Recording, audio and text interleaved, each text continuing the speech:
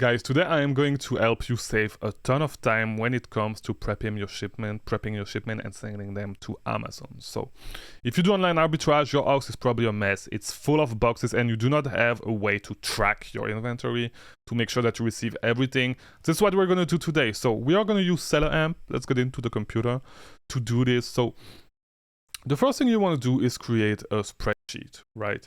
So to do this, when you go to selleramp.com, you just click here, you go to setup, and then you're going to have this page right here.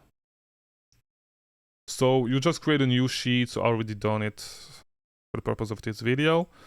Once you create it, go to edit, select all the, I'm going to show you which information you want to have. So I pretty much track everything. I mean, at least a lot of things. There's a lot of things that I track. The really important thing that you want to have is SDK Notepad, because it's just going to make one. I guess it's some stuff when you have an integration with Seller Toolkit. I do not use it, and I just use this column just to put my order numbers, right? So you don't know what I'm talking about. We are going to go to the spreadsheet, okay? So the SDK Notepad part, I use it because this is going to give you an empty column. I mean, it's going to show SDK whatever, but just replace that by order number, and that way you can just copy and paste your order number. So by the way, it would be great if Seller Amp did something like this. When you export your product, you can actually put the order number and it will go there like directly, right? So why do I do this? You want to have 4 different, can you see them? Yeah, you can see them. 4 different tabs in your spreadsheet. So by default, you'll only get one, right? And this is the place where all your leads are going to export from Seller Amp. So you want to create 3 other ones, okay? The first one is going to be called purchased. So when you export, like when you place your order, you export your lead into the spreadsheet, and it's going to go to the first tab, okay? That is called purchase. So that's all your orders in transit. It's going to be all your orders in transit, okay? Second tab is going to be called received. So as you can see right there. So once you receive a shipment, once you receive a box, you go inside the box, you check for the packing slip, and you're going to get your order number. So this is where this thing is going to come handy. So once you, and let me show you an example. So let's say I found this product, I can find it for $5, right? I put my source and everything, I place the order, I placed an order of 30. I'll just export it after that, of course, at your source. I'll just export it to my spreadsheet, okay? Once it's done, it's gonna come here to the first, and I already did it, so I don't know if it's gonna work right here. Yeah, it got exported, perfect. So as you can see, this part is empty, right? So right here, I would add my order number once I place the order. Here you go, just random order number.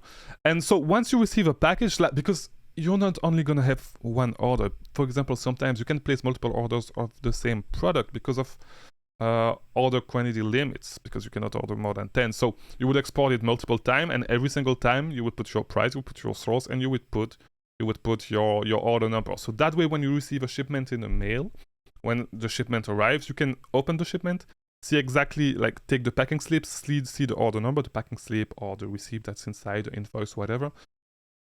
Check the order number, and you can match, see if you received everything. Sometimes you're going to receive it in multiple shipments. So what I do is I just put it in blue, for example. And what you want to do once you receive, let's say you received everything, you want to cut it, so copy it, but you want to remove it after. And you're going to paste it into the received part, right? So that way, everything that's on the purchase tab is like basically the shipments that are still in transit, and those on the received tab are the ones that you are ready to ship to Amazon FBA warehouses, right? So once you decide that it's time for you to prep your shipments and to send a shipment to Amazon, you can come to this sheet, you go to the received sheet, and you have everything ready. Why do I say that? Because you can just export your CSV, right? You just go to File, Download, comma separated value, and it's gonna give you a CSV file with everything that you like, with all the products that you received. What you can do with this then is add it to your batch on Amazon. So you will not need to do it manually. If you do your work throughout the week, let's say you do your shipments once a week, if you do your work throughout the week, you just take this document and then you just add it. There's no need to waste time. You're gonna gain, like, it's gonna be so easy for you guys, so easy once you start doing this. So you just go to select file when you create your batch right there, include by list CSV, let it load a little bit. Here we go, and you just upload your buy sheet, right? So once it's done, you just process the buy list. Here we go, and you need to match the name of the column to whatever inventory lab wants, right? So if you really want to, and this is what I did, I just changed the header of all my columns to the one that are on inventory lab, because it makes it so much easier. I do not need to match them every single time. By the way, if you do not know to do this, once you create your spreadsheet, and I should have mentioned that earlier, you click here on test and write headers. So it's gonna print all your headers in your Google Sheet. If you do not do that, you will not have any headers. So do this first, and yeah, I should have mentioned this before. So you're gonna match all your columns to whatever information they want on inventory lab. So the title is gonna be the product name. The list price is gonna be the sales price. Here we go. The purchase date is gonna be the export date.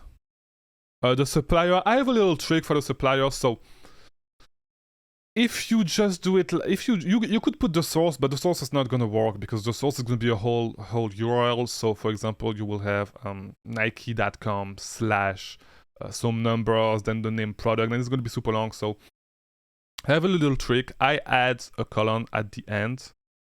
So I did not do this for the purpose of this video, for this specific spreadsheet, but I had a column that I called supplier, and what I do is I use a formula to parse the text. So parsing means it selects a specific part of the text in the source URL, and it's going to select just the name of the website. So for example, just nike.com. So the whole URL could be http://www.nike.com/12345 Nike socks / some other stuff, right? And so by text parsing, I can just get nike.com. So if you want, I'm not gonna, because it's gonna be too long if I just show it in this video. I may, if you're really interested, let me know in the comments, and I will give you the formula. I will give you the formula in the comments, or I will add it somewhere if you guys are interested, right? So let's get back to the video. So I think we added everything, right? Let me see. Yeah, we added everything. So once it's done, click on next, and it's gonna process your buy list, and it's gonna import your whole buy list to inventory lab. So all you will need to do, so here you go, you need to go through Amazon validation after that. Sorry. So you need to go through Amazon validation after that. Once this is done, it's going to import everything to your batch. So you create your batch, and it's going to import your whole buy list to the batch. So it's going to save you a lot of time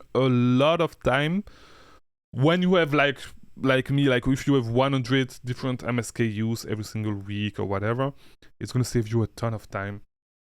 You're going to be able to prep your shipments way faster, and this is the part that I hate about it, prepping shipments. So if you can save time here, like if you save time here, it's going to save you, like, it's way better for you to spend your time sourcing than prepping shipments. So save the most time you can with this. If you want to learn how to get better at reverse sourcing, check out this other video, and I'll see you in the next one. I'll see you tomorrow.